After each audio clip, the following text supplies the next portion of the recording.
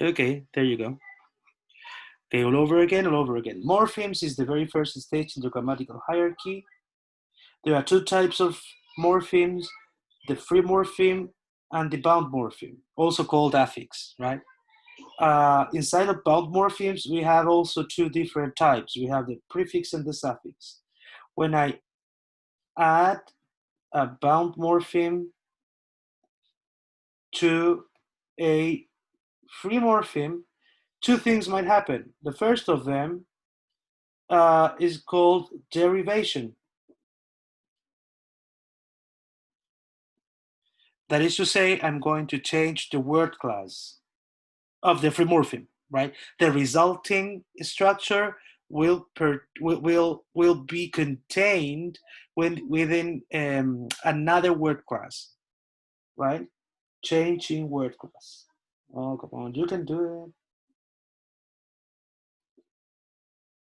Change in word class. The other one, it is called inflection. It's just to add characteristics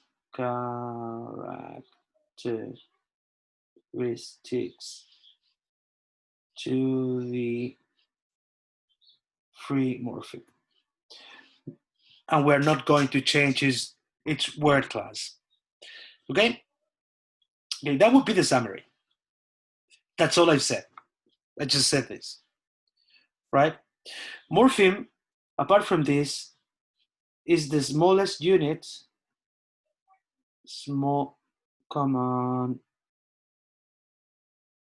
Smallest unit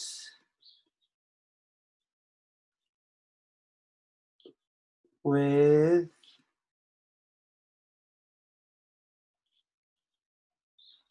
meaning and form.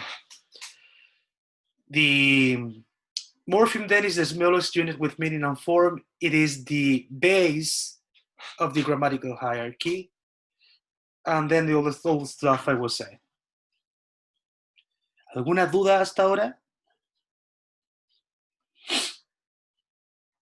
No? Okay. Let's begin with lexemes then. Quedan 10 minutos.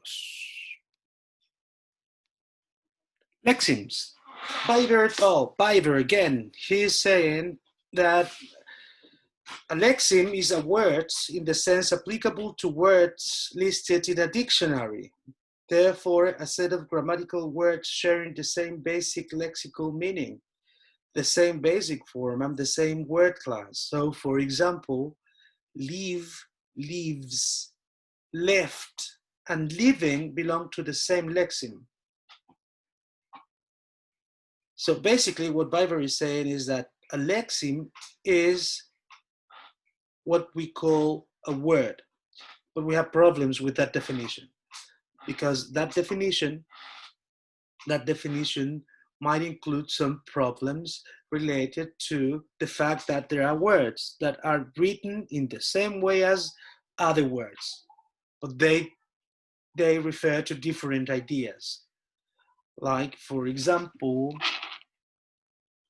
lives in the sense of he leaves his house, and leaves in the sense of there are those leaves fall from that tree, right? They are written in the same way, they are pronounced in the same way, but they refer to different ideas, right? Therefore, they belong to different lexemes, right? Okay, so that would be the Biver's definition. I would add some other stuff. I would add that a lexeme is the second unit within the grammatical hierarchy. So we have the morpheme and the lexeme. I would also say that a lexeme is created out of one or more morphemes, right? One or more morphemes. So it is the second unit in the grammatical hierarchy, and it is created out of one or more than one morpheme, right? Therefore, we might classify lexemes into different forms. I will go to the iPad now. So I would say that lexemes, the second unit in the grammatical hierarchy. Okay, that's the second unit within the grammatical hierarchy. First of all, the second thing is that lexemes, they are created by one or more morphemes,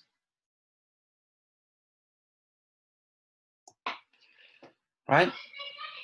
So, for example, I have the lexeme play. I can't say pull, I can't say a, right? Therefore, play, the lexeme play is created by one morpheme, one free morpheme. Therefore, it can be classified as a simple lexeme.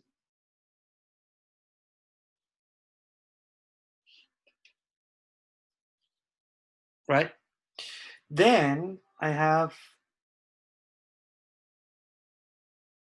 the word player, for example. Player. Player is one lexeme created out of two morphemes, right? The free morpheme play and the bound morpheme suffix derivational er, right? Therefore, we're going to have the word player. As it contains one free morpheme plus one bound morpheme, this is classified as complex lexeme. Okay? Then we might have one lexeme created out of two different free morphemes. Like, for example, the word ice cream. Ice is a free morpheme, and cream is another free morpheme. Therefore, this is one free plus one free equals a compound lexeme. And then, finally, we might have this example, ice creams, which is created by one free morpheme plus one free morpheme plus one bound morpheme. Ice, free morpheme, cream, free morpheme, S, plural form, bound morpheme. One free, one bound.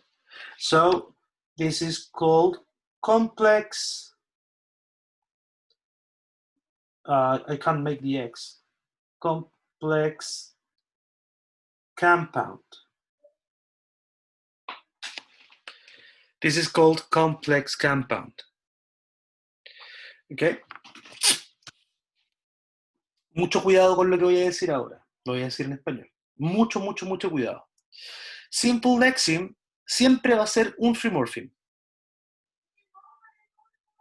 Simple lexeme, un solo free morpheme. No dos, no tres, un solo free morpheme. Nada más, un free morpheme. Complex lexeme siempre va a ser un free morpheme, pero pueden ser uno o más bound morphemes. ¿Ok? Entonces la palabra considerations Considerations es complex. Tiene consider un free morpheme y todos los otros son bound morphemes. No importa cuántos sean. Por eso es complex. Un compound puede tener 2 o más free morphemes juntos. Es raro que ocurra, puede ocurrir igual. 2 o más free morphemes juntos. No hay bound morphemes. Solo free morphemes juntos.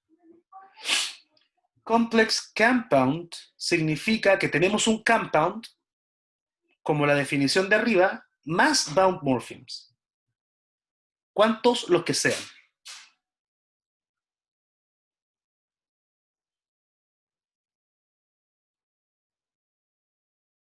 ¿Ya?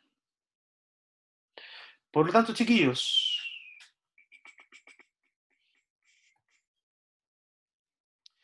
reconsiderations. ¿Podré cortar esta cosa, no? ¿Cómo se corta esta cosa? Lo que le falta a reconsiderations en este ejercicio es decir qué tipo de lexeme es.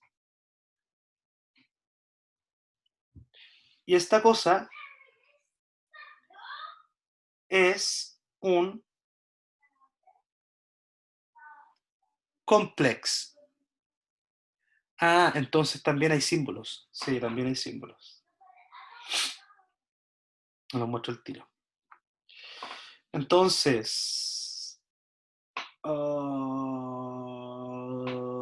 de aquí, pum, pum, pum, simple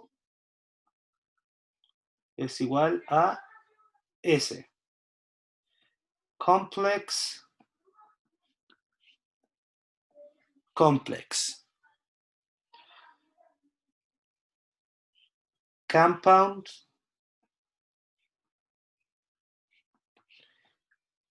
compound.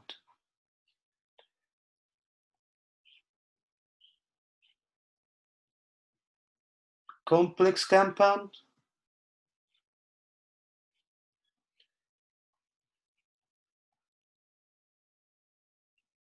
complex compound.